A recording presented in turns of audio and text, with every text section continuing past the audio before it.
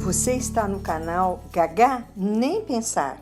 Redesenhe seu futuro para que seja longo, lúcido, saudável e feliz. Se você já chegou na casa 200, se você tem 40, 50, 60 anos ou mais, este é o seu canal. Sou Marisa Caiado e nesta primeira temporada discutiremos novas descobertas científicas que ajudarão você a reprogramar, a redesenhar a sua vida.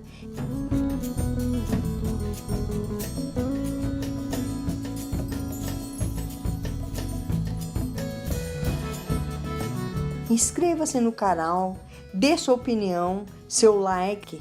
Vamos lá!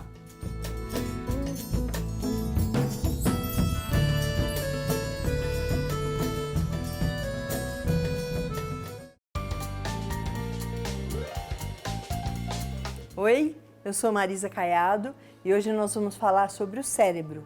Todos sabemos que temos cérebro, sabemos onde ele fica, mas tem alguns detalhes que eu gostaria de falar porque são muito importantes com relação à nossa vida e principalmente à nossa vida futura, quando nós estivermos com mais idade. Como é o nosso cérebro? Toda a nossa vida está condicionada, está ligada e reflete as condições e o funcionamento do nosso cérebro. Até tempos atrás, a gente sabia como era o cérebro físico. Então, como é que as pessoas sabiam? Como é que os cientistas sabiam? A pessoa morria, eles coletavam o cérebro e examinavam o cérebro. Então, fizeram isso com cérebros muito famosos no mundo. Por exemplo, do Einstein, que todo mundo sabe que foi analisado. Só que com a descoberta de alguns aparelhos muito importantes de imagem, aparelhos que a medicina está usando, hoje já se sabe como funciona o cérebro. Outro dia mesmo na televisão a gente viu um casal que foi fazer um exame para saber como o cérebro funcionava no momento de afetividade, no momento de amor, né? Então isso é uma grande novidade que só é possível porque nós temos hoje a ciência mais desenvolvida para nos mostrar como funciona o cérebro, que é tão importante. Se nós conhecemos mais do cérebro, não se justifica nós termos as mesmas dificuldades que os nossos antepassados tinham. Se hoje nós sabemos de determinados funcionamentos do cérebro, nós não podemos ter o mesmo comportamento e as mesmas dificuldades que tiveram nossos avós, nossos bisavós. Nós precisamos nos cuidar para não termos os problemas que provavelmente eles tiveram. Como é o cérebro então? Ele pesa mais ou menos 1,4 kg, ele está situado no crânio, ele representa só 3% do peso corporal, mas ele consome 17% da energia do corpo. E o maior consumo se dá na manutenção dele, que é justamente deixando em condições e preparado para que nós possamos pensar, para que ele possa funcionar. Ele se alimenta de glicose e oxigênio. É muito importante nós não esquecermos disso, glicose e oxigênio. Então, como é que nós vamos fazer para dar glicose para o cérebro e oxigênio para o cérebro? Porque senão ele vai funcionar mal, ele fica com fome.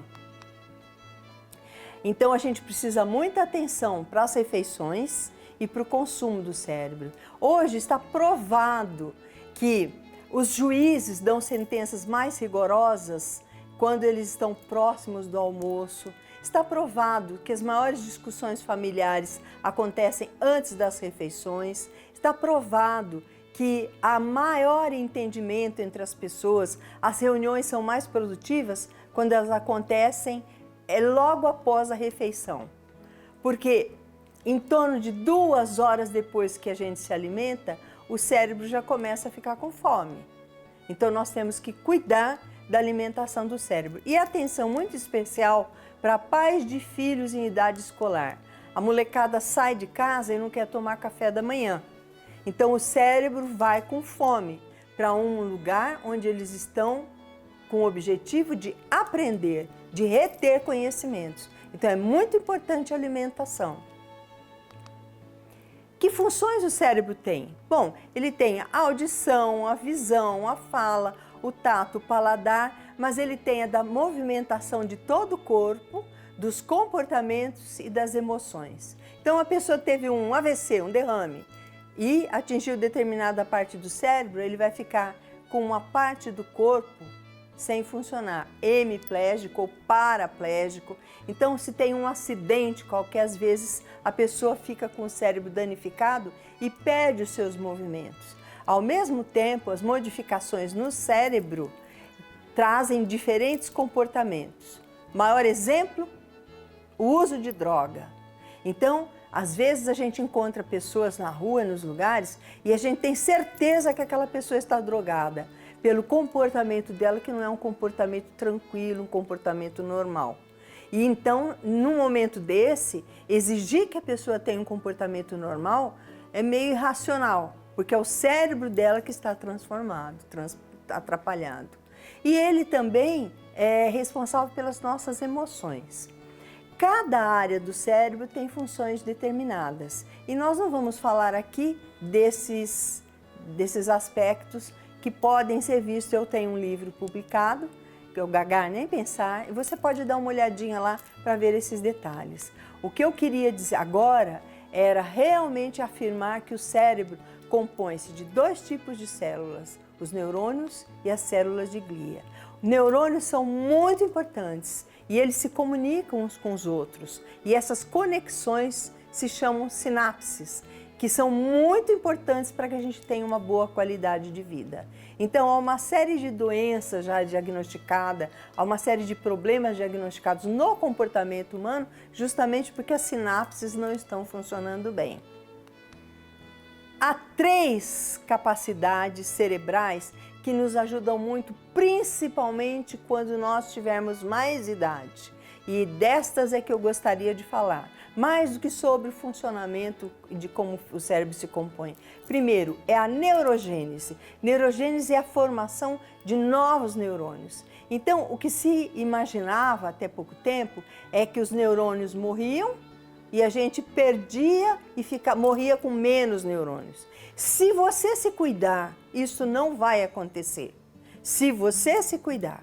Então, o que é que precisa ser feito para que os seus neurônios continuem a existir, a não morrer e com boas sinapses? Há uma série de recomendações que futuramente nós vamos dizer dela.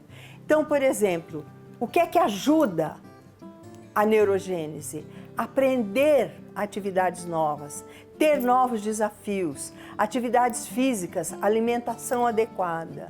O que atrapalha a neurogênese? É dormir mal, comer mal, uma dieta rica de gorduras, etc. Então, com isso, você vai atrapalhar a neurogênese. O que é neurogênese mesmo? É a formação de novos neurônios. A segunda capacidade importante que nós temos é a da neuroplastia. O que é a neuroplastia? É a capacidade do cérebro de formar novas conexões entre os neurônios. Então, a gente falou da neurogênese, é a formação de novos neurônios. A neuroplastia é a capacidade de formar novas conexões entre esses neurônios, que pode ser estimulada e pode ser cuidada. Então, no momento que você vai aprender um instrumento novo, uma língua nova, no momento que você é destro, ok? Você penteia o seu cabelo com a mão direita, mas você resolve pegar o pente e pentear com a esquerda. Escova o dente com a mão direita, mas você vai escovar com a mão esquerda. Comer com a mão diferente, que não é se você é destro. Isso tudo vai fazendo com que novas conexões se formem entre os neurônios. É fácil, é só a gente estar atento. Então, todo dia você vai para escola, para o trabalho, pelo mesmo caminho. Não, vá por caminhos diferentes. Agora, não vale ficar usando o Waze, nem o GPS. Você tem que botar a sua cuca para funcionar. Você tem que botar o seu cérebro para funcionar, porque você vai aí dar a ele capacidade de criar novas conexões. É a neuroplastia. A terceira capacidade é a de reserva cognitiva. A reserva cognitiva é a capacidade que o cérebro tem de armazenar habilidades adquiridas durante toda a vida. e de resistir aos prejuízos que a demência traz. Então, é possível durante a vida você criar uma boa reserva cognitiva ao longo da vida. Vai te ajudar lá na frente. Como? Aprender no máximo que você puder. Quanto mais a pessoa sabe, mais ela vai ter facilidade lá na frente. É muito importante a gente saber que as crianças pequenas, quando aprendem uma segunda língua, elas estão dando oportunidade para certas áreas do cérebro se desenvolverem, que lá na frente, na idade bem avançada, vai ajudá-las muito. Por quê? Se eu vou falar casa, em português, é casa. Mas se eu tenho que falar casa em inglês, eu tenho que pensar qual é a palavra que eu vou falar, que não é casa, é house. Esta capacidade que eu vou dando a uma criança no momento dela aprender uma segunda língua, faz com que se desenvolvam certas áreas do cérebro que lá na frente vão ser muito úteis. Então, é muito importante que a gente tenha atividades de desafio, de esforço intelectual. Então, a história de palavras cruzadas, de jogos, tem alguns programas muito interessantes na internet que todas as pessoas deveriam estar fazendo a partir de uma certa época da vida para poder fazer com que essa capacidade toda se desenvolva e permaneça. Então, eu vou armazenar, né, os meus conhecimentos. Então, se você ajudar seu cérebro, ele vai te ajudar sempre. Se você descuidar do seu cérebro, ele também não vai cuidar de você. Se você comer mal, se você dormir mal, se você usar drogas, se você tiver preguiça de adquirir novos conhecimentos, ele vai te devolver exatamente isso, uma vida ruim, uma vida de gagá. E gagá, nem pensar. Obrigada.